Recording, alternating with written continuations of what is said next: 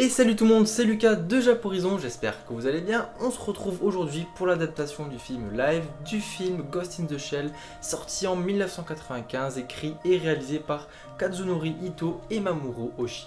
Alors que dire de ce film? Eh bien je suis assez partagé et je pense que je le suis parce que j'ai quand même une vision de ce qu'est Ghost in the Shell et de ce que veut transmettre Ghost in the Shell. Et ici clairement le message est totalement différent de celui de l'œuvre originale.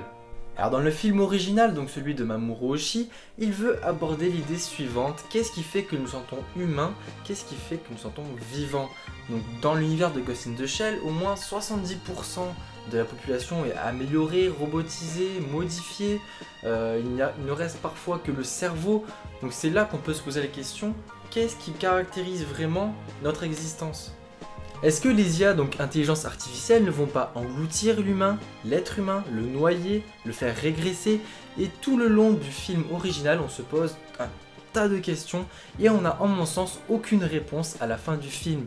Et c'est ce côté, cet aspect mystérieux, mystique qui caractérise Ghost in the Shell.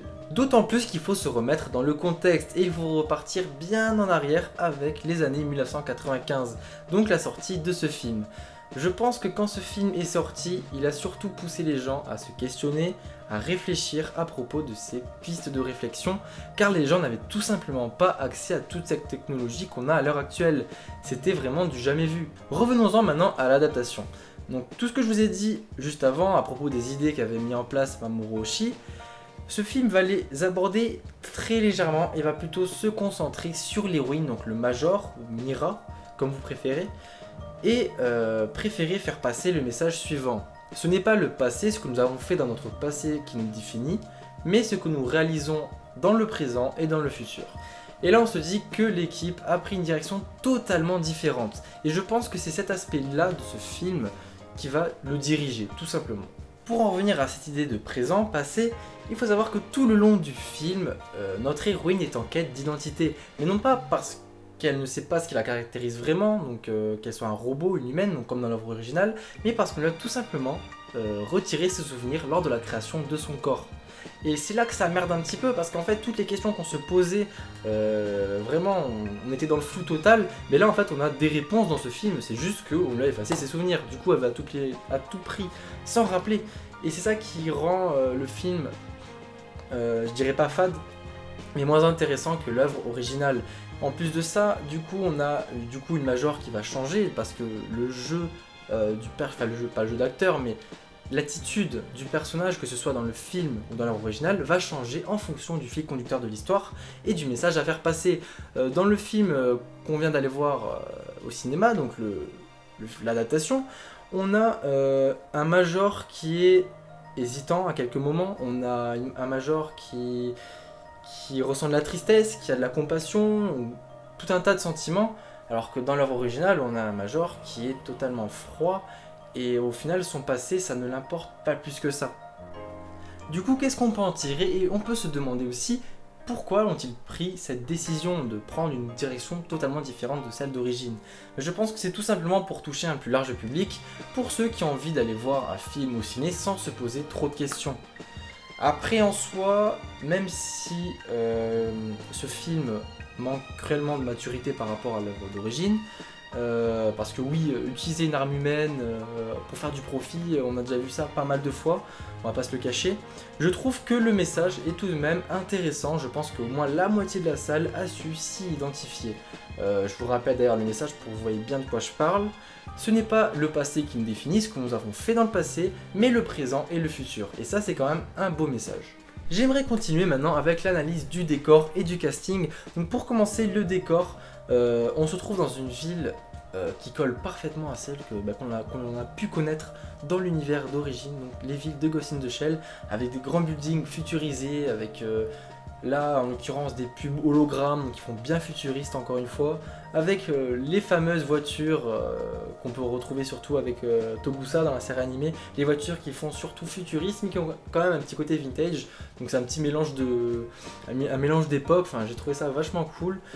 Franchement, même s'ils ont fait des choix, qu'ils ont pris des décisions différentes, il faut quand même reconnaître que c'est vachement cool de leur part d'avoir respecté l'univers de base, et on peut voir aussi qu'ils ont très retranscrit ça à travers des scènes qui sont quasi similaire au film de 1995.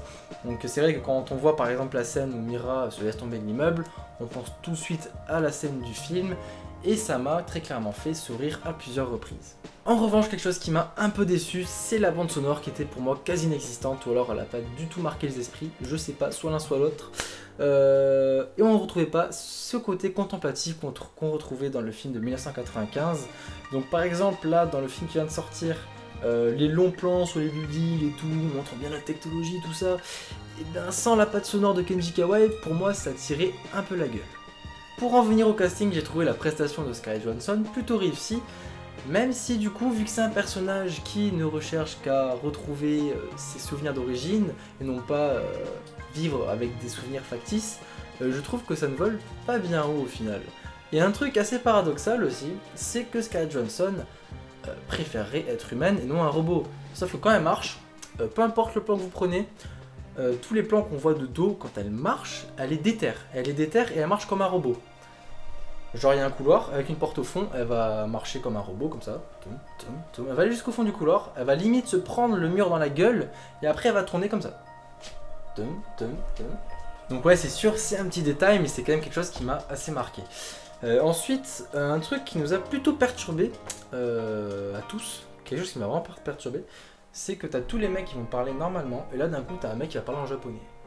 Le seul mec de l'histoire qui a parlé en japonais. Avec les sous-titres en dessous et tout. Alors là, je sais pas pourquoi ils font ça. Si vous avez des réponses, je suis preneur. Mettez-le dans les commentaires. Si vous connaissez un petit peu en cinéma ou je sais pas. Et ouais, franchement, j'étais assez dubitatif quand même de voir.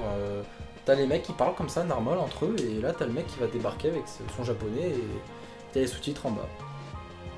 Après, le casting est plutôt bon en globalité, sauf quelques trucs qui m'ont un petit peu déçu, genre Togusa, je trouve qu'il avait une mentalité assez différente du Togusa qu'on connaît. Là, il était un petit peu teigneux, un petit peu énervé, quoi. Ensuite, c'était surtout ce qui m'a marqué, c'est Monsieur Aramaki, donc chef de la section 9 normalement. Et là, il était un petit peu effacé durant tout le film, alors que normalement c'est le type, il va te balancer des punchlines à tous ceux qui viendront le faire chier, et c'est le mec qui, juste en ouvrant sa gueule, va se faire respecter, tu vois. Et là, il y avait un petit souci durant tout le long du film, il était un petit peu effacé, il a juste eu droit à un petit comeback à la fin du film, encore heureux, et c'est ça que j'ai trouvé un petit peu dommage. Après oui, Scarlett Johansson n'était pas asiatique, ainsi que d'autres personnages. Alors j'ai pas vraiment envie d'épiloguer sur ce sujet là, surtout qu'il y a des vidéos qui sont faites juste pour ça, pour expliquer ce problème là, donc le whitewashing. Je vous mets une petite vidéo juste en dessous de moi là, ici, et vous voudrez cliquer si vous voulez avoir plus d'infos, tout ça. J'ai pas envie vraiment surtout que je m'y connais pas vraiment sur ce sujet là, donc ouais, je pense que c'est mieux de vous rediriger quelque part. Alors maintenant, avant de passer à la partie spoiler, j'aimerais faire une petite conclusion. Ce film est une assez bonne adaptation. Il n'est pas non plus transcendant, mais malgré tous les petits défauts que j'ai pu voir en visionnant le film, j'ai aussi remarqué que je n'ai pas ragé comme un porc devant l'Attaque des Titans, le film live, ou encore Dragon Ball Evolution, que j'ai vu au cinéma, quelque chose d'assez incroyable. Ouais, je sais pas comment j'allais voir ça au cinéma d'ailleurs, mais ouais, j'ai dû être en primaire à cette époque-là, donc j'étais un peu con. Sinon, je trouve que ce film est d'autant plus abordable pour les personnes qui ne connaissent rien de Ghost in the Shell. Et d'ailleurs, pour vous illustrer un petit peu cette idée-là, j'ai décidé de vous donner l'avis de deux personnes qui n'ont jamais lu Ghost in the Shell, qui n'ont jamais regardé l'anime Ghost in the Shell, soit le film, rien. Ils sont allés voir avec moi le film sans rien connaître de cet univers-là qui est très complexe. Et pourtant, ce film a très bien su les immerger dans cet univers-là, et ça c'est plutôt cool. Même si je suis complètement étranger à tout ce qui est animé et film d'animation concernant Ghost in the Shell, j'ai beaucoup apprécié le film live qu'on avait vu. Tout simplement parce que le point fort de ce film est pour moi le travail qui a été fait autour de l'imagerie, des images de synthèse, des plans, parce que, croyez-le ou non, la ville est très bien faite, elle est très bien modélisée, les effets graphiques sur les personnages ont l'air presque réels, comme si en fait les robots étaient à notre portée, comme si on était littéralement en 2030 alors que 15 ans nous séparent de cette époque. Pour l'histoire, pour le scénario, c'est vachement sympa, mais on le voit quand même venir. Le travail qui a été fait autour de l'héroïne est assez intéressant, mais pour les personnages secondaires, ben, malheureusement ils sont vraiment secondaires, quoi. On aimerait avoir plus de détails sur l'ami de notre personnage. Sinon, si vous voulez vous amuser en regardant le film, essayez de trouver le Shiba. J'imagine que vous savez ce que c'est. Au pire, Lucas vous mettra une petite image là. Ça sera très bien. Hein? Comme ça, je te fais bosser, mon grand, au niveau du montage. Des bisous. Ciao. Yo, c'est Kawen. Alors, on m'a demandé de faire une petite description de ce que je pensais de Ghost in the Shell, le dernier film qui fait fureur au cinéma. Et il s'avère que c'est un bon film. Pourquoi c'est un bon film? Parce qu'il y a Scarlett Johansson dedans. Ouais. On se retrouve maintenant dans la partie spoiler, donc si tu n'as pas vu le film, je te conseille de déguerpir, sauf si t'es un petit peu maso, mais ça c'est toi qui vois. Alors, je vais pas y aller par quatre chemins, ce qui m'a saoulé dans ce film, c'est le Master of Puppets, autrement dit le marionnettiste. Alors il faut savoir que dans le film original, le marionnettiste est une IA, donc une intelligence artificielle qui a évolué de son propre gré et qui va poser ses composants sur la table et qui va tout simplement s'adresser aux humains en leur disant je vous baise clairement, je suis au-dessus, et il veut toujours aller au-dessus de ce qui est imaginable. Donc il faut savoir que c'est une intelligence artificielle. Donc c'est la représentation même des idées qu'avait mis en place Mamoru Oshii. Qu'est-ce qui fait que nous existons, notre aspect robot, notre cerveau, et cette intelligence artificielle là va transcender tout ce qui est possible, tout ce qui est imaginable, et c'est génial. Alors que là, c'est comme Mira, c'est un mec lambda qui a été utilisé pour faire des expériences, donc une expérience qui a échoué, donc monsieur veut se venger et récupérer tout son patrimoine, tout ce que tu veux. Point. Donc autant vous dire qu'au niveau des enjeux, on passe du Sangoku Super Saiyan Blue Kaioken x100 à Yamcha. Donc autant dire que le perso perd tout son charisme, tout simplement. Alors c'est tout ce que je voulais rajouter dans la partie spoiler. Je dirais que ce film est une assez bonne adaptation qui a tout de même essayé de respecter au maximum l'œuvre originale. Donc même si c'est dommage que ce soit qu'au niveau de l'aspect et non vraiment de ce qui est transmis à travers ce film, je pense qu'il ne faut pas non plus en faire des tonnes, même s'il y a quelques défauts, ça reste un bon film, très divertissant, qu'on peut aller voir au cinéma.